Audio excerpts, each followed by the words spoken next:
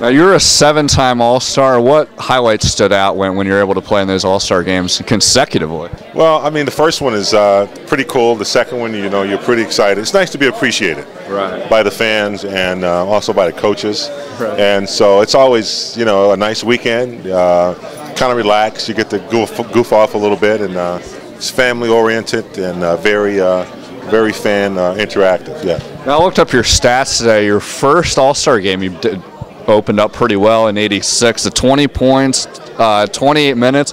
Do you remember that game as far as like what you felt coming in, and what was kind of your approach with your first gig there?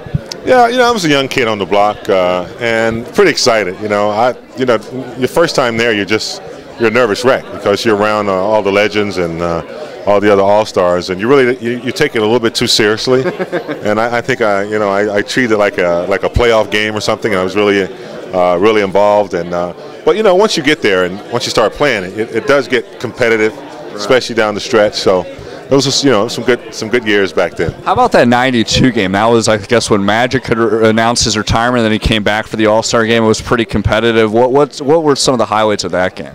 Well, yeah, I think that was my last one, I believe, was in Orlando, and I think, if I'm not mistaken, Tim Hardaway gave up his starting spot for Magic to come back and play. You know, it was good for everybody because we really had been educated about everything that he'd gone through, and everybody was very wise about HIV and AIDS, and so it was a warm welcome, and you know, Magic, he did his thing. Right.